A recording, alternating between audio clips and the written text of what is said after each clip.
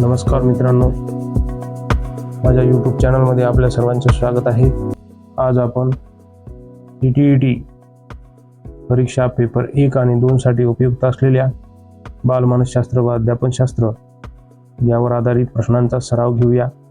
चला तर मग सुरुवात करूया.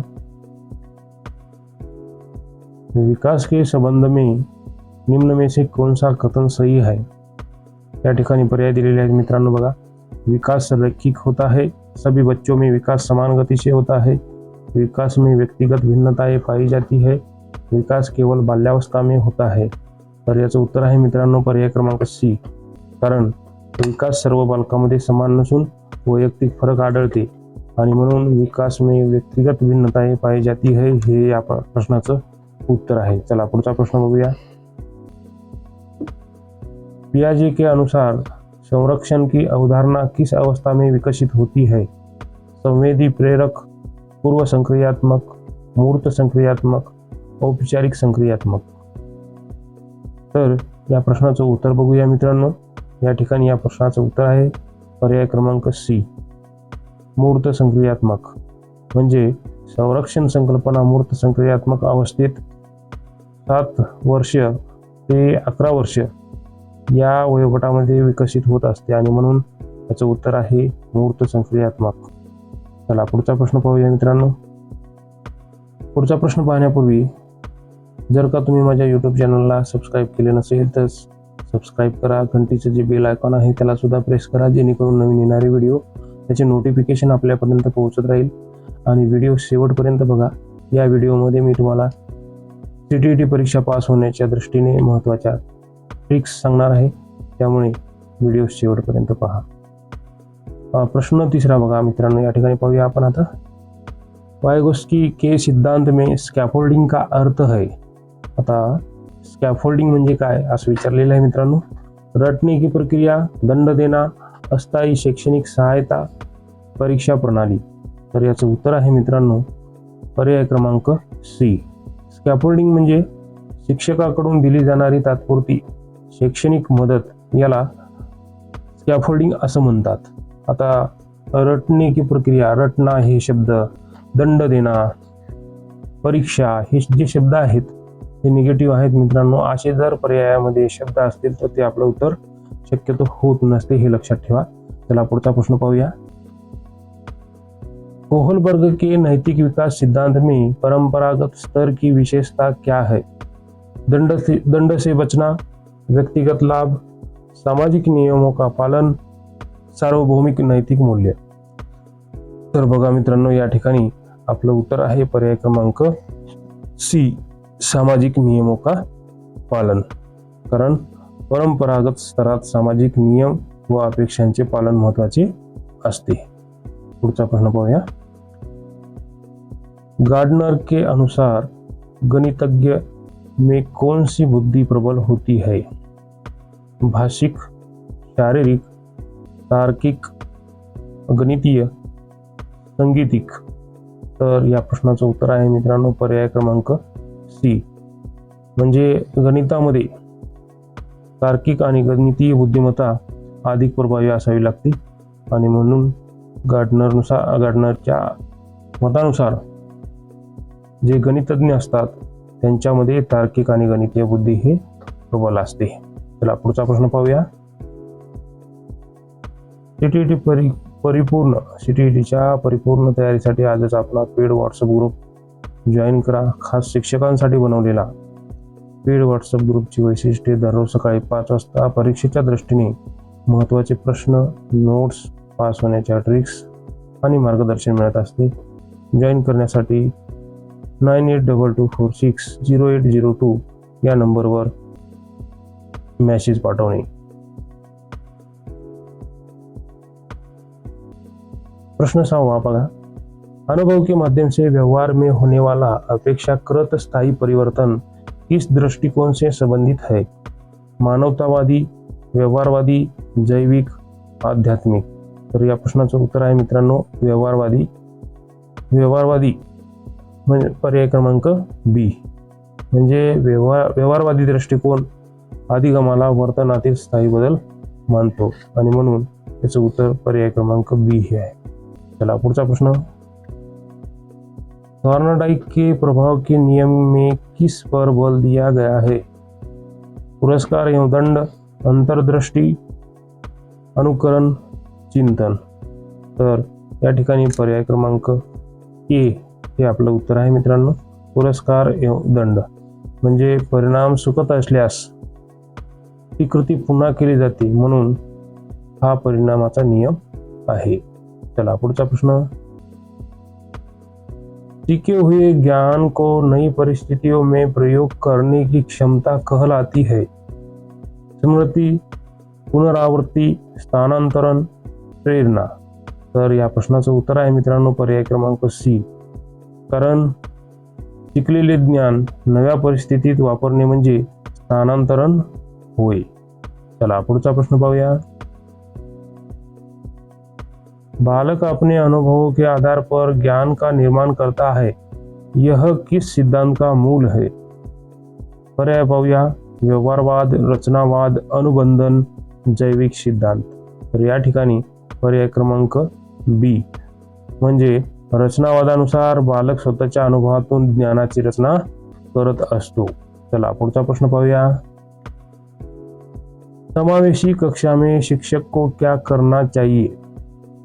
सभी को एक ही तरीके से पढ़ाना, कमजोर छात्रों की उपेक्षा, विद्यार्थियों की आवश्यकताओं के अनुसार शिक्षण, अलग पाठ्यक्रम बनाना. तर या प्रश्नाचं उत्तर आहे मित्रांनो पर्याय क्रमांक सी. विद्यार्थियों की आवश्यकताओं के अनुसार शिक्षण म्हणजे समावेशी शिक्षणामध्ये विद्यार्थ्यांच्या विविध गरजांनुसार अध्यापन करावं लागते आणि या ठिकाणी प्रत्येक विद्यार्थ्याला समान संधी मिळेल याची दक्षता घ्यावी लागते. चला पुढचा प्रश्न पाहूया. निम्न में से कौन सा कारक अधिगम को प्रत्यक्ष रूप से प्रभावित नहीं करता? या ठिकाणी काही शब्द महत्वाचे आहेत. नाही हा शब्द या ठिकाणी महत्वाचा आहे मित्रांनो. तर बघा, प्रेरणा, बुद्धिमत्ता, आयु, रुची. तर या ठिकाणी आपल्या या प्रश्नाचं उत्तर आहे मित्रांनो पर्याय क्रमांक सी. आयु. आयु म्हणजेच वय. वय हा अधिगमावर अप्रत्यक्ष परिणाम करणारा घटक आहे आणि म्हणून या ठिकाणी आपलं हे पर्याय क्रमांक सी उत्तर होईल. चला पुढचा प्रश्न,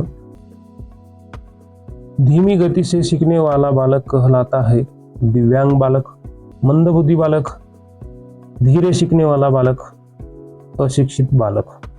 तर या ठिकाणी या प्रश्नाचं उत्तर आहे मित्रांनो पर्याय क्रमांक सी म्हणजे पर्याय क्रमांक सी. धीरे शिकणे वाला बालक म्हणजेच हळू शिकणारा बालक म्हणजे मंद गतीने शिकणारा आहे.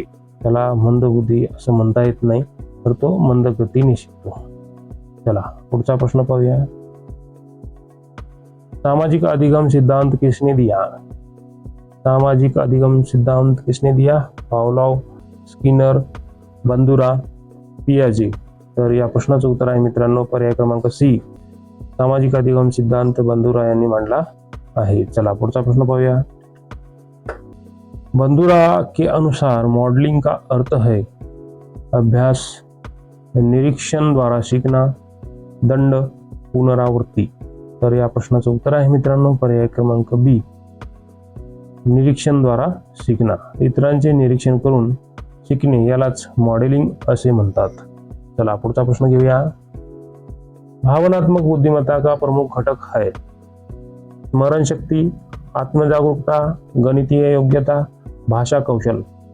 तर या ठिकाणी पर्याय क्रमांक बी हे आपलं उत्तर आहे. आत्मजागरूकता.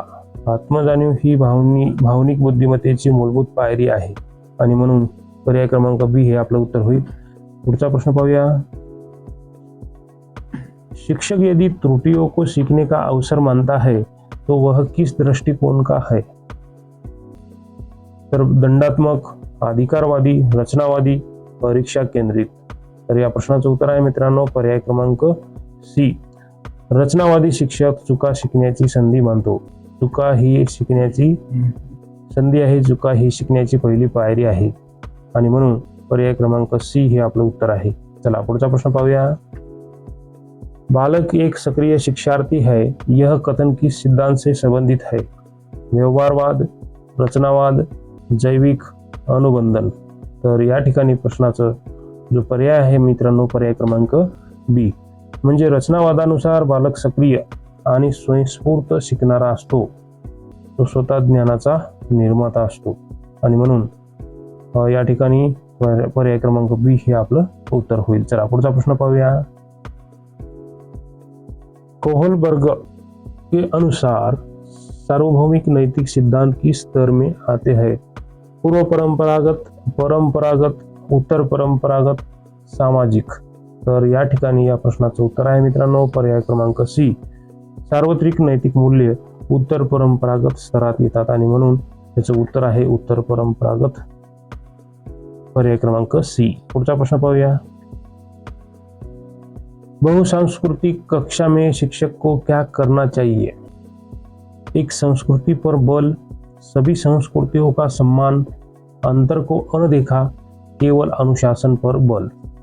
तर या ठिकाणी मित्रांनो हा जो प्रश्न आहे तो या प्रश्नाचं उत्तर तुम्ही कमेंटमध्ये द्यायचं आहे मित्रांनो. तुमच्यासाठी हा प्रश्न मी राखीव ठेवतो. पुढचा प्रश्न पाहूया. मेटाकॉग्निशन का अर्थ है रटना, सोचना, अपनी सोच के प्रति जागरूकता, अभ्यास. तर या ठिकाणी या प्रश्नाचं उत्तर आहे पर्याय क्रमांक सी. स्वतःच्या विचार प्रक्रियेची जाणीव म्हणजे मेटाकॉग्निशन होय. मेटाकॉग्निशन म्हणजे काय? ही स्वतःच्या विचार प्रक्रियेची जाणीव, याला मेटाकॉग्निशन असं म्हणतात. म्हणजेच अपनी सोच के प्रति जागरूकता. चला पुढचा प्रश्न बघूया.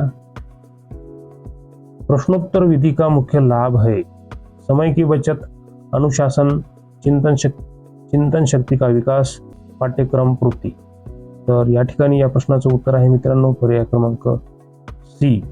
प्रश्नोत्तर पद्धतीमुळे विचारशक्तीचा विकास होतो आणि म्हणून पर्याय क्रमांक सी हे आपलं उत्तर आहे. चला पुढचा प्रश्न पाहूया. विद्यार्थियों का आत्मसम्मान बढ़ाने हेतु शिक्षक को चाहिए तुलना करना, नकारात्मक टिप्पणी, सकारात्मक प्रतिपुष्टी, दंड देना. तर या ठिकाणी पर्याय क्रमांक 22 उत्तर आहे मित्रांनो पर्याय क्रमांक सी. सकारात्मक अभिप्रायामुळे विद्यार्थ्याचा आत्मसन्मान वाढतो आणि म्हणून शिक्षकाने वर्गामध्ये शिकवत असताना विद्यार्थ्यांना सकारात्मक त्याची स्तुती केली पाहिजे आणि त्यामुळे त्या विद्यार्थ्याला प्रेरणा मिळेल आणि तो अभ्यासामध्ये त्याचं मन लागेल. चला पुढचा प्रश्न. आदिगम सामाजिक प्रक्रिया है, यह कथन किस सिद्धांत से जुड़ा है? व्यवहारवाद, वायगोस्की, थॉर्नडाईक, जैविक. तर या ठिकाणी या प्रश्नाचं उत्तर होईल मित्रांनो पर्याय क्रमांक बी. कारण वायगोस्कीने अधिगम ही सामाजिक प्रक्रिया असल्याचं सांगितलेलं आहे म्हणून त्याचं उत्तर पर्याय क्रमांक बी हे होईल. चला पुढचा प्रश्न पाहूया. सहयोगात्मक अधिगम से किसका विकास होता है? भय, प्रतिस्पर्धा, सामाजिक कौशल, तणाव. तर या ठिकाणी पर्याय क्रमांक सी हे आपलं उत्तर होईल मित्रांनो. कारण सामाजिक कौशल म्हणजेच सहकार्यात्मक अधिगमामुळे सामाजिक कौशल्याचा विकास होतो. चला पुढचा प्रश्न पाहूया. शिक्षक केंद्रित शिक्षण की प्रमुख सीमा क्या है? अनुशासन, समय की बचत, विद्यार्थी निष्क्रिय हो जाते हैं, पाठ्यक्रम पूर्ण होता है. या ठिकाणी आपल्याला प्रश्न काय विचारला हे लक्षात घ्यावं लागते मित्रांनो. प्रश्न आपल्याला विचारलेला आहे शिक्षक केंद्रित शिक्षक की प्रमुख सीमा क्या है असं म्हटलेलं आहे. तर या ठिकाणी या प्रश्नाचं उत्तर आहे मित्रांनो पर्याय क्रमांक सी.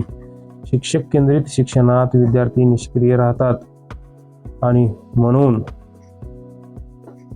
विद्यार्थी केंद्रित शिक्षण असलं पाहिजे, शिक्षक केंद्रित शिक्षण नसलं पाहिजे.